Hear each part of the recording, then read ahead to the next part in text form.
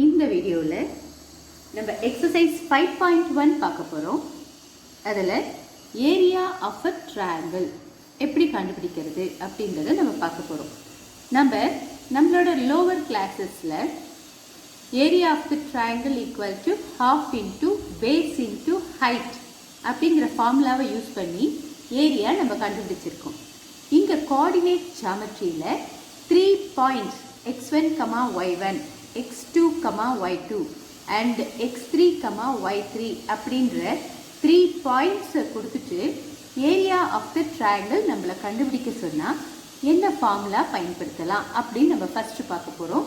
So first formula area of the triangle ABC equal to half into x1 into y2 minus y3 plus x2 into y3 minus y1 plus x3 into y1 minus y2 square units. So இந்த ஃபார்முலாவை use பண்ணி கண்டுபிடிக்கலாம். இல்லைன்னா வேறு method இருக்குது, அதுக்குரிய formulas என்ன அப்படின்னு பார்ப்போம்.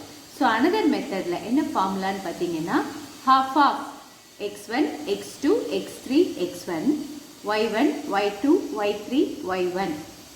ஸோ இதை எப்படி எக்ஸ்பேண்ட் பண்ணுறது அப்படின்றதே நம்ம அடுத்த ஸ்டெப்பில் பார்க்க போகிறோம். இப்போ இந்த மாதிரி ஃபார்முலாவை எழுதிக்கோம் இல்லைங்களா, இதை நம்ம எப்படி எக்ஸ்பேண்ட் பண்ணுறது அப்படின்னா அதுக்கு ஃபஸ்ட்டு நம்ம என்ன பண்ணணும், ஒரு ஆரோ போட போகிறோம். நான் மேலேருந்து கீழே டயக்னலாக எல்லா இடத்துக்கும் நம்ம என்ன பண்ணுறோம், ஆரோஸ் போடுறோம். தட் இஸ் அர்த்தம் என்ன அப்படின்னா x1ஐயும் y2ஐயும் நம்ம மல்டிப்ளை பண்ணணும் அப்படின்னு அர்த்தம்.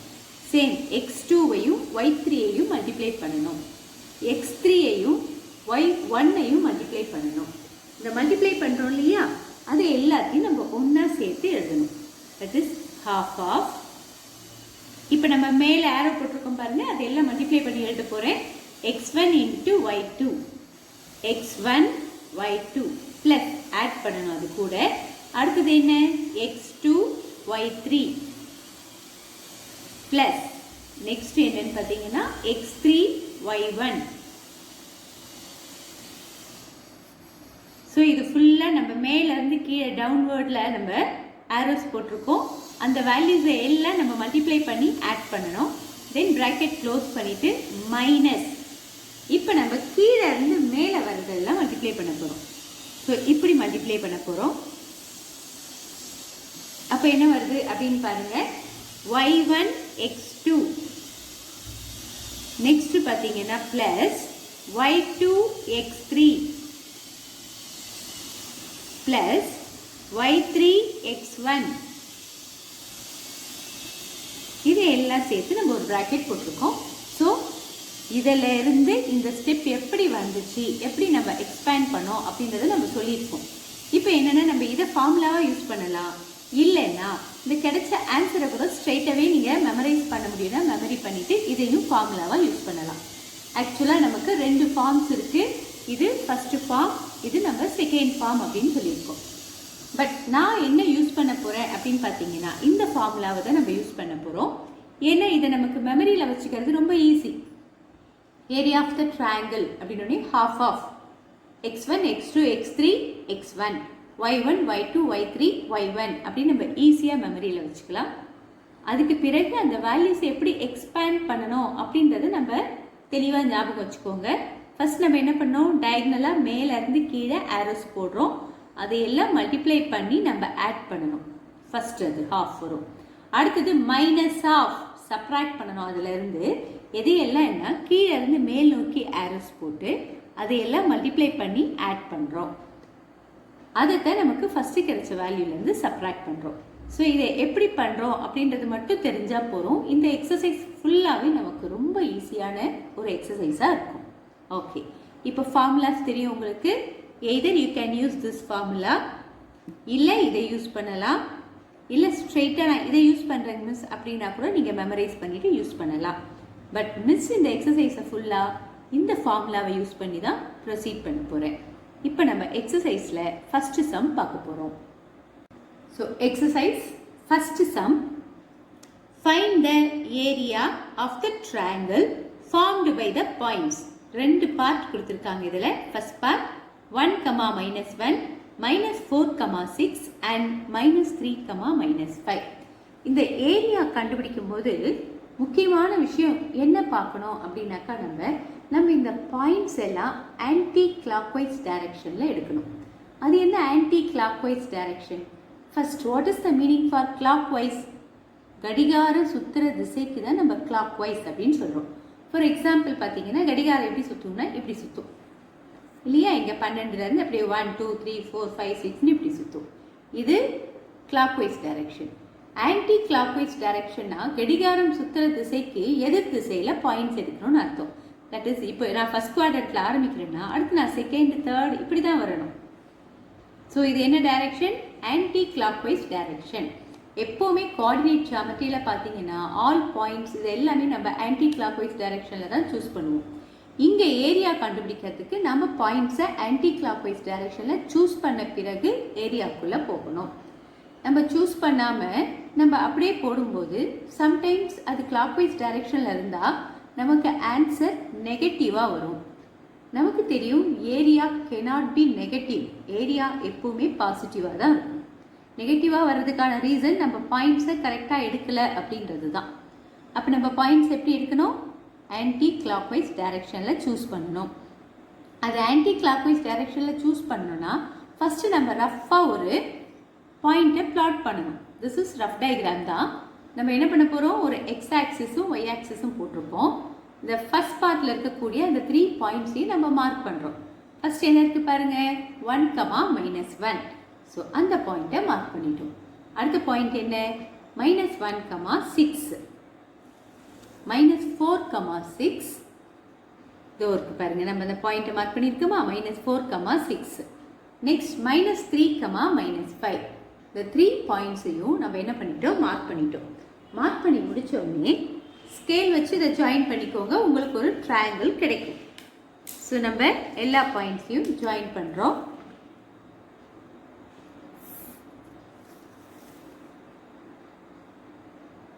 இதுதான் நமக்கு கொஸ்டினில் கொடுத்துருக்க ட்ரையாங்கிள். இந்த ட்ரையாங்கிளுக்கு தான் நம்ம இப்போ ஏரியா கண்டுபிடிக்கணும். இப்போ நான் என்ன பண்ண போகிறேன்னா ஃபஸ்ட்டு பாயிண்ட் எதை சூஸ் பண்ண போகிறேன் அப்படின்னு பார்க்க போகிறேன். இப்போ ஃபஸ்ட் குவாட்ரண்ட்டில் பாயிண்ட் ஏதாவது இருந்தால் நம்ம அதை ஃபஸ்ட்டு சூஸ் பண்ணியிருக்கலாம். இல்லை, ஸோ செகண்ட் குவாட்ரண்ட்டில் இந்த பாயிண்ட் இருக்குது. இதுதான் என்னோட ஃபஸ்ட்டு பாயிண்ட். இதை நான் ஏ அப்படின்னு எடுத்துக்கிறேன். இதை நம்ம ஃபஸ்ட்டு பாயிண்ட்டாக எடுக்கிறோம்னா ஆன்டி கிளாக்வைஸ் டைரக்ஷன்னா என்ன? கிளாக் சுற்றுறதுக்கு எதிர் திசை. தட் இஸ், உங்களுக்கு புரியறதுக்காக அந்த டைரக்ஷனை நான் மென்ஷன் பண்ணுறேன். இப்போ இங்கேருந்து நான் ஆரம்பிக்கிறேன்னா இப்படி வரணும் நமக்கு direction. That is first quadrant, second quadrant, third quadrant, fourth quadrant, இப்படி போகணும் பாயிண்ட்ஸ் நம்ம எடுக்கிற விதம். அதுதான் என்ன டைரக்ஷன்? Anti clockwise direction. இப்போ நம்ம point first point A choose பண்ணியிருக்கேன்னா அடுத்தது என்ன வரணும்? பி பாயிண்ட் வந்து இந்த பாயிண்ட் வரும். இது என்ன பாயிண்ட்டு? -3, -5. ஸோ இந்த பாயிண்ட் தான் நமக்கு செகண்ட் பாயிண்ட்டாக வருது. தேர்ட் பாயிண்ட் என்னன்னு பாருங்க, 1, -1. இதுதான் நமக்கு இங்கே சி. ஸோ ஏபிசி ஆர்டர் நம்ம போட்டதுக்கப்புறம் நம்ம இதை தான் கரெக்டாக எடுத்துக்கணும். தட் இஸ், இந்த ஃபஸ்ட்டு பாயிண்ட் தான் நமக்கு x1 y1 முதல் பாயிண்ட் அப்படின்னு எடுத்துக்கிறோம். பி பாயிண்ட் இது x2, y2 second point. And C point எடுத்திருக்கோம் பாருங்க, இதுதான் x3, y3 தேர்ட் பாயிண்ட். இந்த 3 பாயிண்ட்ஸையும் நம்ம ஃபர்ஸ்ட் என்ன பண்ணலாம்?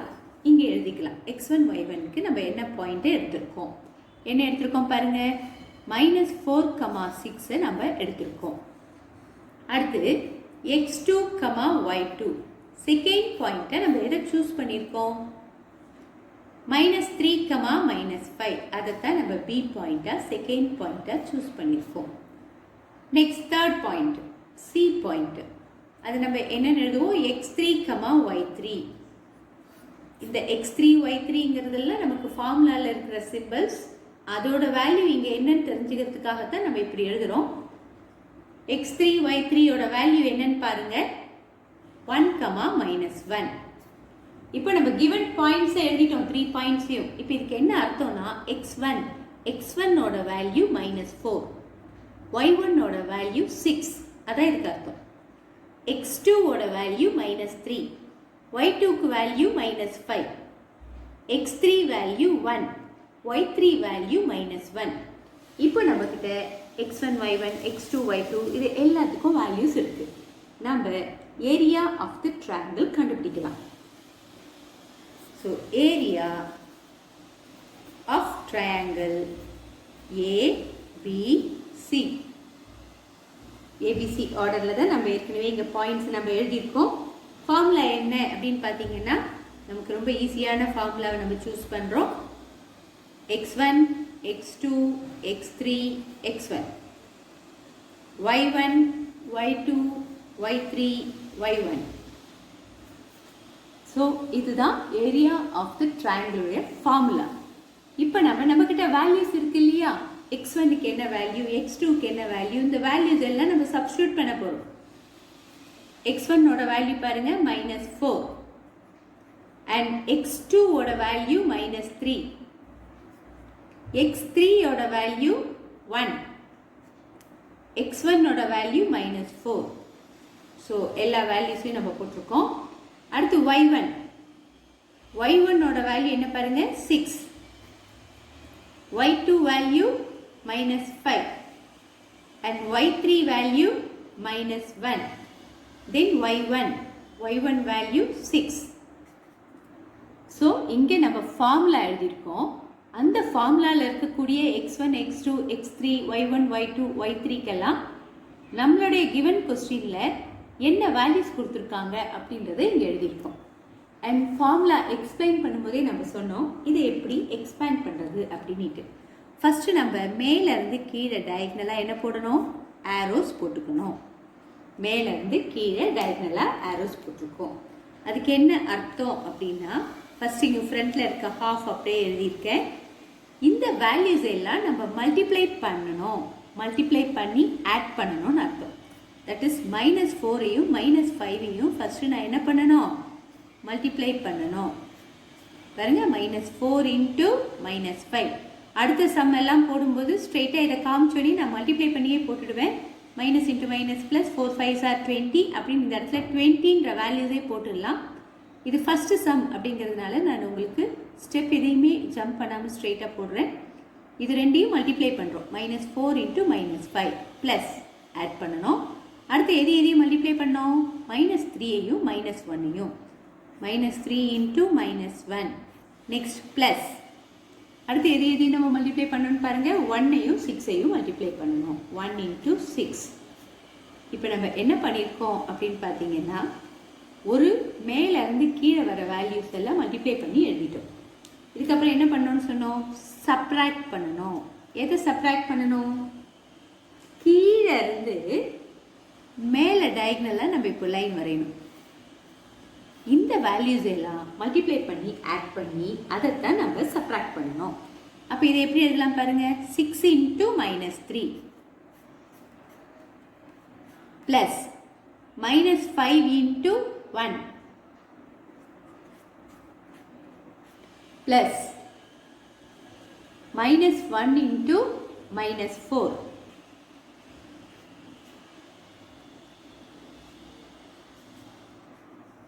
இப்போ நம்ம ஃபார்முலாவில் எழுதின வேல்யூஸை எக்ஸ்பேண்ட் பண்ணியிருக்கோம். இனிமேல் ஒன்றுமே இல்லை, சம் ரொம்ப சிம்பிள். இது எல்லாம் நம்ம மல்டிப்ளை பண்ணி சப்ராக்ட் பண்ணோம்னா நமக்கு ஆன்சர் கிடைக்க போகுது. இப்போ நம்ம வேல்யூஸ் எல்லாம் மல்டிப்ளை பண்ணி எழுத போகிறோம். -4 × -5, -× +, 4 5s are 20. Next plus -× +, 3 1s are 3 plus 1 6 are 6. So இந்த ஃபஸ்ட் வேல்யூஸை ஃபுல்லாக மல்டிப்ளை பண்ணி எழுதிட்டோம். அடுத்து இங்கே ஃபார்முலாவில் இருக்க மைனஸ், தென் ப்ராக்கெட் 6 × -3. 6 அப்படின்னா அர்த்தம் அதுக்கு ப்ளஸ் சிம்பிள் இருக்கிறதா அர்த்தம். அப்போ plus × minus 6 3s are 18. So -18 கிடைச்சிருக்கு. அடுத்து பார்க்குறோம் இங்கே இது மைனஸ் இது ப்ளஸ், -× மைனஸ். அப்போ ஃப்ரண்ட்டில் இங்கே ப்ளஸ் இருக்குது. ப்ளஸ் × மைனஸ் என்ன ஆகிடும், மைனஸ் ஆகிடும். 5 1s are 5. Next plus -× plus 1 4s are 4. எல்லாத்தையும் மல்டிப்ளை பண்ணி முடிச்சிட்டோம். So next half of add பண்ணுறோம்.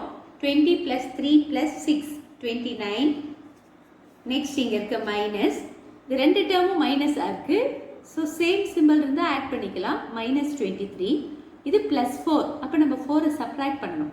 -23லேருந்து 4 நம்ம என்ன பண்ணுறோம், சப்ராக்ட் பண்ணுறோம். சப்ராக்ட் பண்ண நமக்கு -19 கிடைக்குது, which is equal to half of 29 minus into minus plus 19. Add பண்ணுவோம். half of 29 plus 19 48. and 2 டேபிளில் நம்ம இதை டிவைட் பண்ண முடியும். 2 டேபிளில் எத்தனை முறை வருது அப்படின்னு பார்க்குறோம். 24 டைம்ஸ் வருது. So which is equal to 24 square units. Area அப்படின்னாலே நம்ம ஸ்கொயர் யூனிட்ஸ் தான் எழுதணும். அப்போ நம்ம ஃபைனலாக ஆன்சர் எழுதி முடிக்கலாம். Area of triangle ABC equal to 24 square units. So இப்போ நம்ம ஃபர்ஸ்ட் சம்மில் இருக்க ஃபர்ஸ்ட் பார்ட்டை கம்ப்ளீட் பண்ணியிருக்கோம்.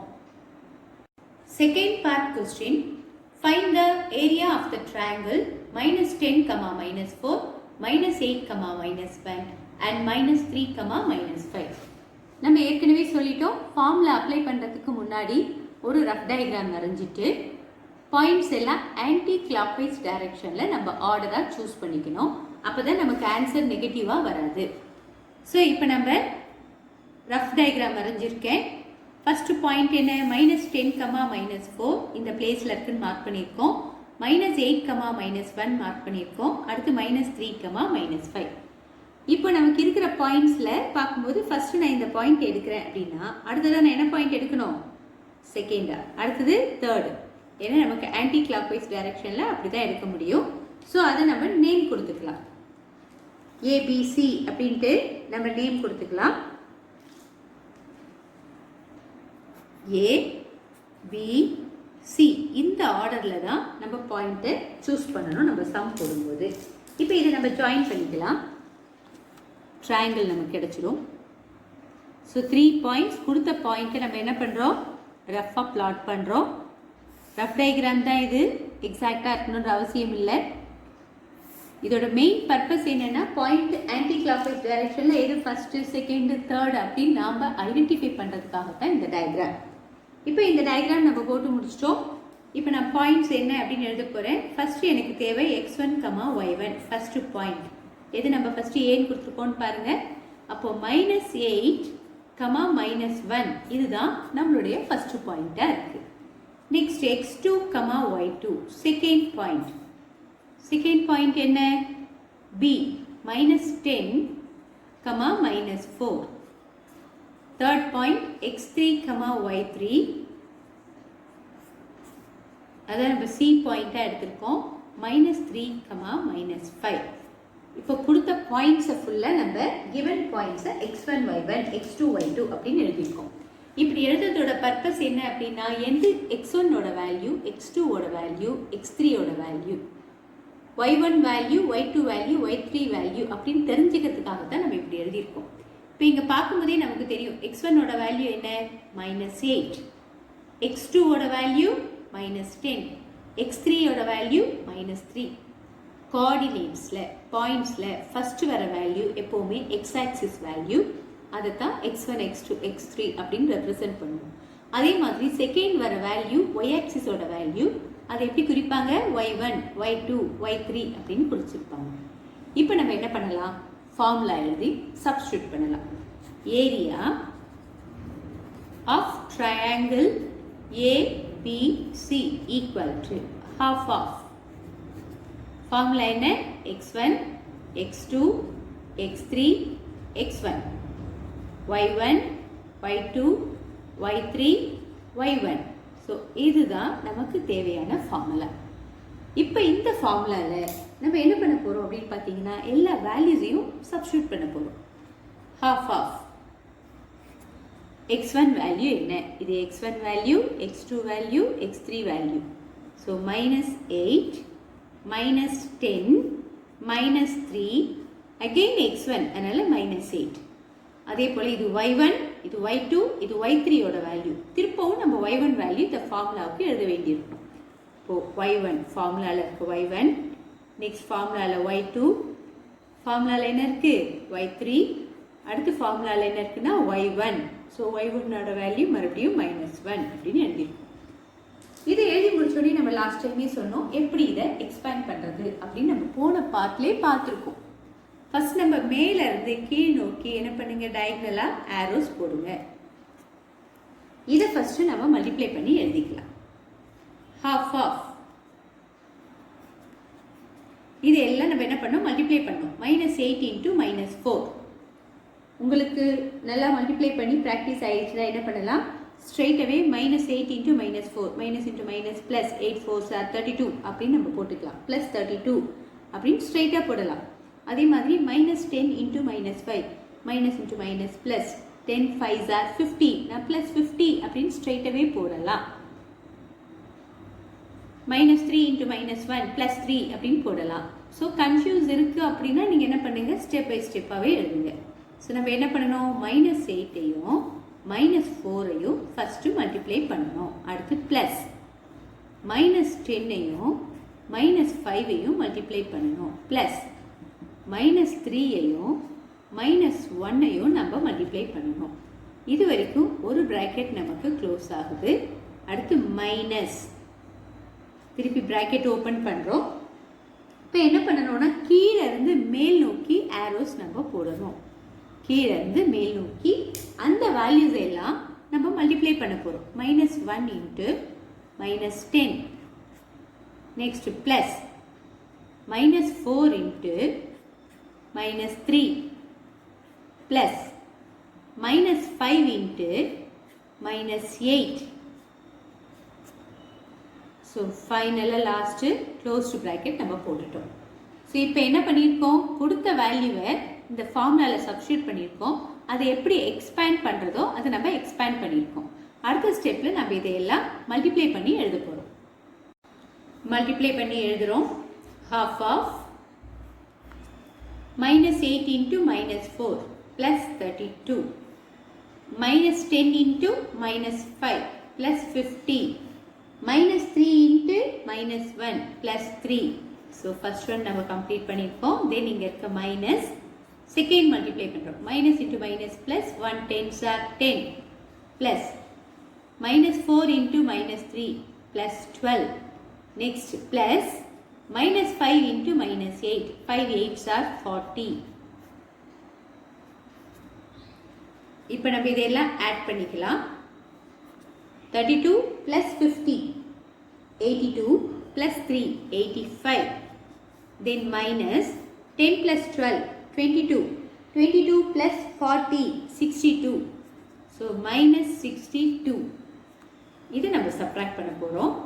half of 85 minus 62 என்ன வேல்யூ வருதுன்னு பார்க்குறோம். 23 வருது. இப்போ 2 டேபிளில் நம்ம 23ஐ டிவைட் பண்ண போகிறோம். 1 times 2, again 1 times 2, balance 1 இருக்கு, பாயிண்ட் வச்சிடறோம். 10, 2 5s are.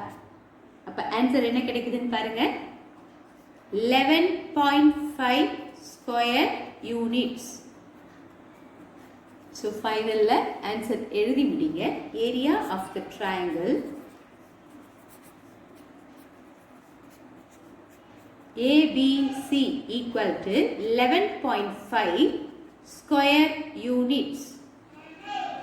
ஸோ இப்போ நம்ம என்ன பண்ணியிருக்கோம் அப்படின்னா எக்ஸசைஸ் 5.1ல் இருக்க ஃபர்ஸ்ட் பார்ட்டை கம்ப்ளீட் பண்ணியிருக்கோம்.